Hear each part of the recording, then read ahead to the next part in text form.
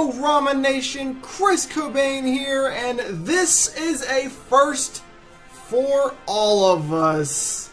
Welcome to Chris Cobain's Pokemon Alpha Sapphire Wedlocke Challenge. We've been looking forward to doing this for quite a long time. I've been talking about doing it on my stream. I just got Alpha Sapphire. We've had Omega Ruby for a while, obviously. I got Alpha Sapphire a couple weeks ago, and I've been ready to do a YouTube video, or do a YouTube series for it for quite some time now. And I just wanted to do a Wedlocke. So a couple of things before we go and get started. So we're going to talk here for a minute. You can skip ahead if you'd like to. I have Nuzlocked, successfully Nuzlocked, absolutely every Pokemon game there is aside from Platinum. But I have actually never even attempted a Wedlocke challenge. So I thought it'd be cool for me, and I thought it'd be cool for you guys to come along with me during my first ever run. So if I'm terrible at it, well then I'm terrible at it. We're gonna go ahead and get into it. During this first episode, I'm not going to commentate a whole lot on what's being said in the game.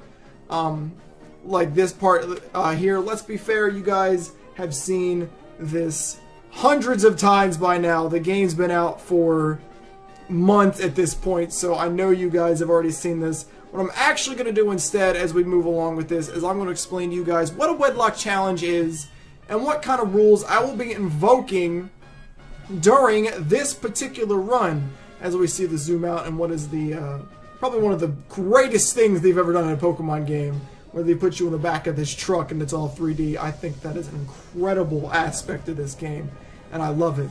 So anyway, let's go first things first. What exactly is a Nuzlocke, or in this case, Wedlocke challenge? For those of you who are not aware, a Nuzlocke challenge is a more hardcore version of playing through a Pokemon game to make it more challenging for the player. Pokemon games are not very much intended to be at the difficulty level of a full-grown adult. It's more supposed to be along the difficulty level of a child. That's what the game is geared towards, obviously. What a Nuzlocke challenge does is increases that difficulty so that it is not as easy as it would normally be. The main aspect of this, as we're going to go ahead and tell Birch about myself, we are obviously male, and I just always name myself Cobain in these games. I never really give myself any fancy names. More power to you if you do, obviously, but for this one, we're just going to go with Cobain, make it nice and easy. Anyway, the main aspect of a Nuzlocke challenge, or a Wedlocke challenge in this case, is if a Pokemon at any point in time, through any method at all, is to faint, they are to be considered dead and must be either released permanently or at least boxed for the remainder of your playthrough. So if something faints, basically, it's unusable. That is part of the challenge. The secondary rule to one of these challenges is that you are only allowed to catch the first encounter on each route or area. If you run into a Pokemon and you are not able to catch it because you run out of Pokeballs, you faint it, it wipes you out perchance, it runs away, it uses Roar, whatever the case may be, you do not get anything for that route. That means you can't pick and choose what Pokemon you're going to use, and if anything is to die, obviously, you can't use anymore. This is the challenge of a Nuzlocke or Wedlocke challenge, as we are in the truck. Third rule to a Nuzlocke is you must nickname all Pokemon. That's kind of secondary. It's really only a rule so that it adds a bond to your Pokemon, making them more unique than what they normally are. But that's the third rule. Now, those are the rules for a Nuzlocke challenge. This is a Wedlocke challenge. So, the main difference between those two variants, if you will take a look at the top right of the layout, you will see the three little bars that are in between the male and female symbols, three different rows. That's basically what it is. Instead of having a team of 6 Pokemon, instead what you're going to have is 3 groups of 3 pairs of 2 Pokemon. 1 male each, 1 female each. These Pokemon are to be paired throughout the remainder of the game, and what the challenge becomes is when you bring one of those Pokemon into battle, you're only allowed to switch into his or her partner. So for instance, if my first pair, I don't know what my starter is going to be, it's based off my trainer ID, but say my starter is Torchic, and the first encounter I get in the next route's like Zigzagoon, and then we go when we catch, say, a Poochyena in the next route, the Zigzagoon and the Torchic will be paired together, but if they're in battle, I'm not allowed to bring in the Poochyena. Vice versa, if I bring the Poochyena into a battle, I'm not allowed to switch into Zigzagoon or Torchic. You must fight within your own pairs. That is what makes this game so challenging. Basically, if you want to stop from your Pokemon fainting, each battle becomes what is basically a 2 versus the world, against the Elite Four, 2v5, against the Champion, 2v6, and everything in between. So that's basically the point of this.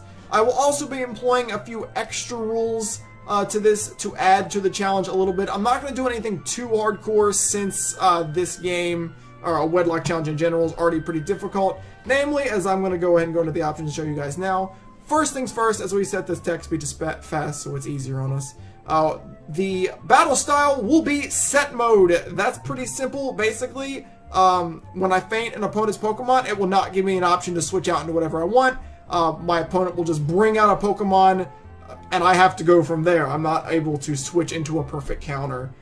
That is going to make it more challenging, obviously.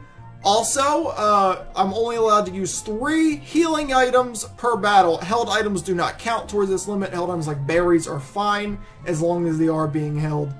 That way I can't, like, spam, you know, hyper potions against somebody so nothing ever dies.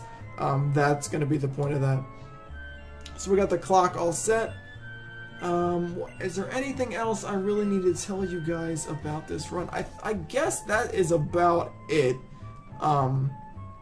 I do run these with what I call it a no replacement clause, is what as I like to call it. Basically what that means is I can't switch Pokemon in and out of the box freely.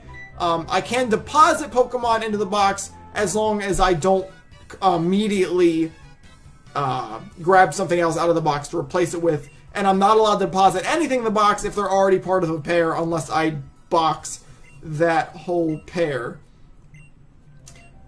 So, there's that. About the first encounter for every route, there's a couple clauses that go along with that, that most people employ.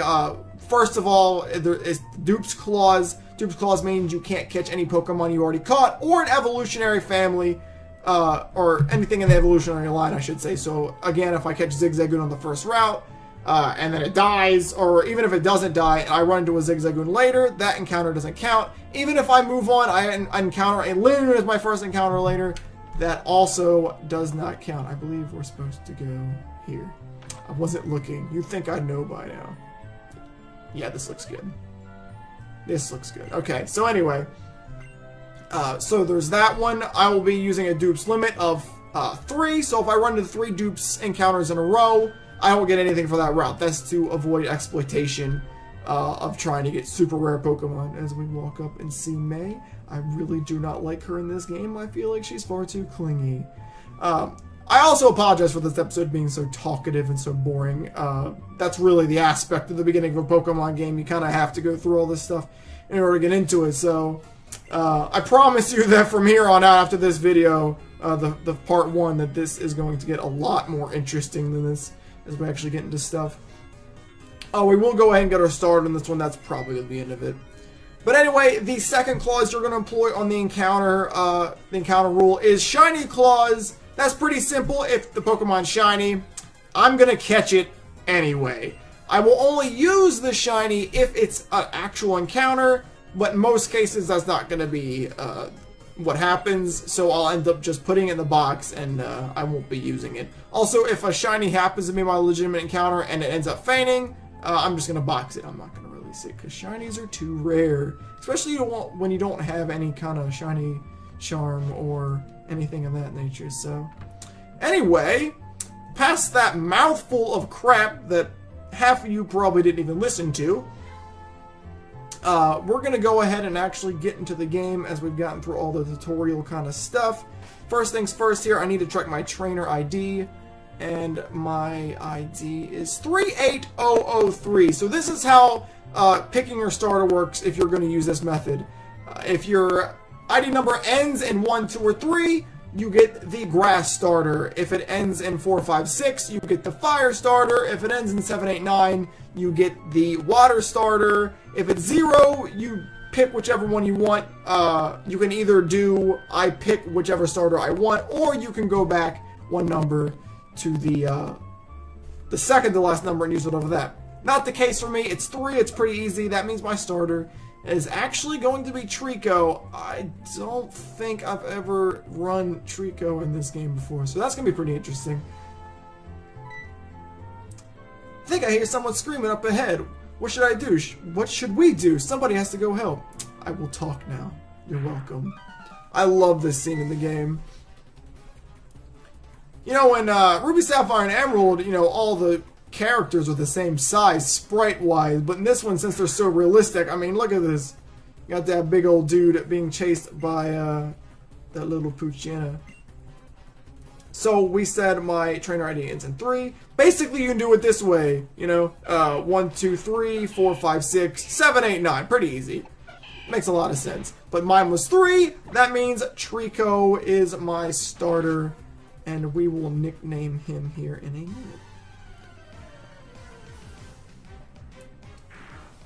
Alright, Poochyena. Note that Trico is my encounter for the first route. I think it's Route 101. I don't know exactly. I think it is, though. But that means on this first little route here, since I got him on this route, I can't actually catch anything on this first route. You don't have to play it that way. If you want to interpret it differently and say the starter didn't count, that's fine. But that's the way I will be playing it. So, only level 3. Pretty much a free encounter here. I love... Oh my. That did absolutely nothing. I wonder what nature we are. We might be a terrible nature, I don't know. Though, Skeptile can be physical too. Was that a crit? That was a crit. Nice! Let's go. I love starting with Absorb because it's a nice and easy way to heal. That's a good thing about a grass type. If you get the grass type starter, you can always teach it these moves so that you don't have to rely on recovery so much. Plus, most grass types get synthesis too, which helps, so... No problem, we're going to kill that. We ended up losing 1 HP since Absorb didn't heal us all the way. Nice. First victory. We'll take it. And we saved Birch because he's a scrub.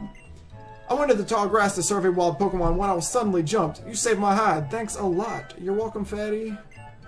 But you're Norman's boy, Cobain. I didn't even realize who you were at first. You've grown into quite the young man. This isn't a place for a chat, though. Come along to my lab. I don't want to. I guess we're forced to. What a jerk.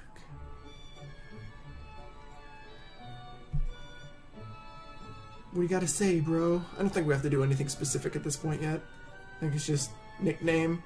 So, Cobain, I've heard much about you from your father, but he said you don't have your own Pokemon yet. If that's true, that was quite the performance back there. It looks like you really are your father's son. I like how this is the only game that even mentions the fact that your father exists in any way, shape, or form. I always wondered why. Oh yes, to say thanks for rescuing me out there, how about I give you that Pokemon you used earlier? Trico it is! Thankfully, I'm smart, and before I went into this video, I already determined to make a nickname for each of the 3 starters that you could possibly get. Trico, I picked Snapdragon. Basically, his name is Snapdragon. It's a play on the fact that Mega Skeptile is a dragon. Snapdragon is also a plant. It's that kind of thing. It's that kind of reference. Plus, it just fits. I think it looks good on him. So, that's going to be our first Nuzlocke member. I'm not going to go with any kind of naming theme. I'm just going to kind of name them whatever the hell I want. You know, just based off, you know, whatever Pokemon they are, what I find is a good name. So, so that's our first one. My girl May happens to be on Route 103 right now serving Pokemon for me. It might not be the right idea for you to head out that way yourself. What do you think? Sure, man. Great. I'm sure May will be happy to hear that too. She can help teach you what it means to be a trainer. Psh. Saved your ass, I'll save hers too. Oh yes, and if you ever get lost along the way, if you're ever lost, sometimes I read it wrong and I feel like they said the wrong thing. Use the area nav on your PokéNav Plus, obviously the bottom screen. You can use it to see how to get to Route 1 of 3 where May ought to be. And if your Pokemon get tired, get some rest back at your new house. Fan-freaking-tastic. Alright, let's go ahead and check out our first dude here. Snapdragon, he is a male. See, when I do Nuzlocke, I always have this thing where I seem to always get these neutral natures. This is like hardy or quirky or docile. Okay, nice. So his nature does nothing. I always say that that's not the worst thing in Nuzlocke. You could definitely get worse stuff than just neutral. It could lower the attack you want to use. You could lower a fast Pokemon speed, or you could lower either defense and make yourself vulnerable. So when it comes to that, I'm not too worried about getting a neutral nature, as long as it's not a horrible one. But we will be probably getting some of those because that's just how this game goes sometimes, I guess.